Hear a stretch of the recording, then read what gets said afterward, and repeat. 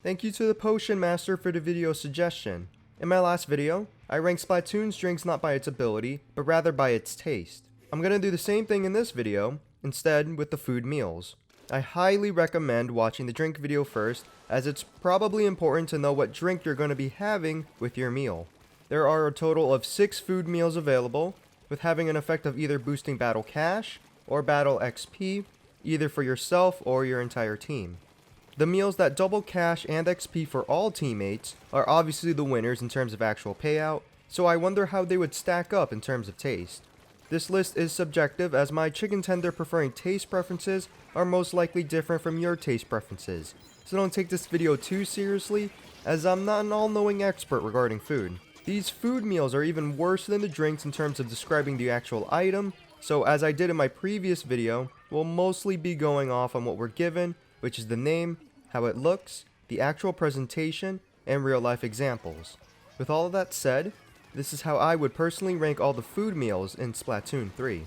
At the number 6 spot, for the title of Worst Food Meal in Splatoon 3, we have the Mega Mountain a la Marigold. You might be saying, look how much food there is on the plate. And I agree, there is a lot of food on the plate. But this is a perfect example of bigger isn't always better. You see, the main problem I have with this meal is that I can't safely identify what's included in it. Starting from the bottom, I can identify that this meal has boiled eggs, probably cheese-covered fries, shrimp tempura, maybe mashed potatoes, and what's most likely a kale leaf on top, but it could also be a single broccoli floret.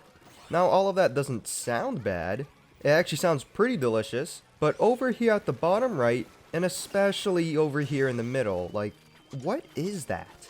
The longer I try to figure out what these two things could possibly be, the more grossed out I get. The food in the bottom right could be meatballs, I guess? But meatballs don't sound particularly good with the food already available. The main contender of why this meal is ranked the lowest is because of this thing in the middle. It looks to be melted chocolate, which would normally taste good on things like cheesecakes and strawberries, but on eggs and shrimp? No thanks. The chocolate is all over the dish too. It covers part of the fries, the tempura shrimp, and the bottom of the eggs. So much so that it's even dripping off the plate. Yuck. My recommended drink of choice for this meal would probably be the Matcha Reviver. Since there are so many things going on with this meal, you'll have that boost in respawning should something go wrong.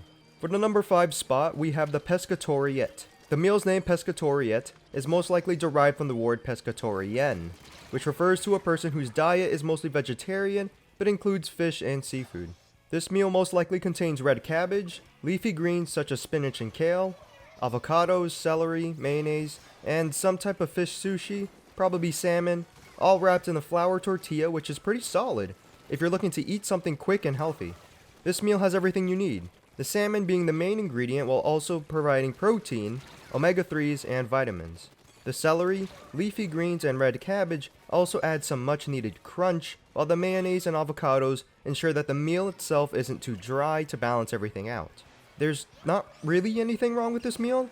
It actually sounds like something I'd eat in real life. It's just that the other meals are marginally better.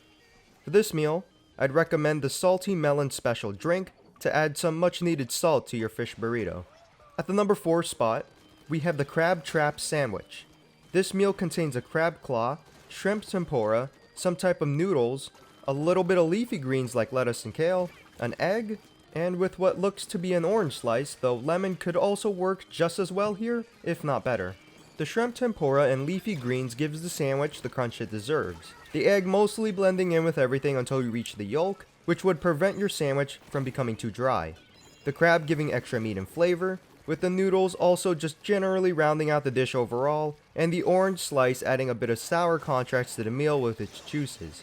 The only thing I'd say this meal is missing is some type of sauce, like soy sauce, to help complement the entire sandwich itself. This sandwich is a bit tricky as you do need to open the crab, but if you exclude the crab and the lack of sauce, this sandwich has everything going for it, which is why it's sitting here at the number 4 spot. The drink I'd recommend with this meal would be the Citrus Hip Hopper to help complement the sour orange slice that they have going on in the sandwich. The top 3. For the number 3 spot, we have the Pescatoriette Royale. This is essentially just a regular Pescatoriette meal, just the better, cooler version of it. The ingredients are also basically the same. containing the same type of fish sushi, most likely salmon, red cabbage, avocados, celery, leafy greens such as kale, and mayonnaise to help round everything out. So I really don't have much else to say that I didn't already say for the non-cooler version of this burrito. Given the size of the burrito, this thing is thick and loaded to the brim with ingredients. So much so that I think the burrito itself will burst open through its protective layers. Also, this seems like the type of meal to share with your friend after you both just lost a game of turf war together. The drink I'd recommend with this meal would be the cherry apple fizz drink to help give the meal more of a comfort food type of style to it, with the drink acting like soda. The runner-up. At the number 2 spot, we have the commercial crab trap sandwich. This is essentially the grown-up, cooler version of the crab trap sandwich, except this sandwich comes complete with the entire crab, not just the claw. Aside from our cute crab friend, this sandwich comes with shrimp tempura, some type of noodles, an egg, leafy greens such as kale, and an orange slice that, again, could also likely be a lemon slice. The size of the sandwich is pretty big, and that's not even including the whole crab, so this is the type of meal that you split with a friend. Since this sandwich is basically the same as the regular crab trap sandwich, I don't really have much else to say about it either. The whole crab being included is why it's ranked this high on the list, as not only does it look really silly, but it would be incredibly filling, and you can just choose whether to put the crab meat in your sandwich or just eat it by itself. Overall, a great meal. The drink I'd recommend with this meal would be the Moz Special Blend drink. Since this meal includes a whole crab and shrimp tempura, I thought it'd be nice to go for a more beach-themed meal, which is exactly what this drink does. At the number 1 spot, claiming the title of Best Tasting Meal in Splatoon 3, we have the Mary Golden Garden Greens meal. This meal has a lot of things going for it. It comes included with what looks to be 4 mini shrimp tempura sandwiches that have leafy greens such as lettuce or kale included, along with avocados or cucumbers inside the sandwich. Next to it, we have what looks to be sandwich bites, which is about the same size as a roll of sushi, and inside of it, it contains leafy greens, carrots, red cabbage, maybe red onions, and mayonnaise, all wrapped around a miniature bun. The tray even comes with huge leafy greens that I'm not cultured enough to tell whether or not it's a decoration or if it's actually edible. And that's only just the entree. Off to the side, we have our side dishes, which include a side of carrots with a small leaf on it for presentation, 2 cherry tomatoes with a type of green vegetable or fruit that I can't identify, and with what looks to be cantaloupe and lemons?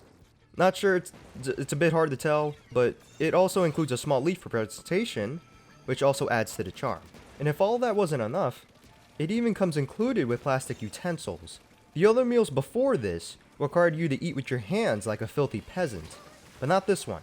This one is hand-cooked by Gordon Ramsay himself, served with the fanciest plastic utensils for your convenience. This is just a meal that has everything going for it. Crunchy shrimp tempura sandwiches? Absolutely. Mini sushi-like vegetable sandwiches for our vegetarians? Hell yeah. All that with 3 sides and utensils. The presentation is also absolutely out of this world when compared with the other meals. This isn't the type of meal you just share with a friend. This is the type of meal that you share with multiple people given the portion size.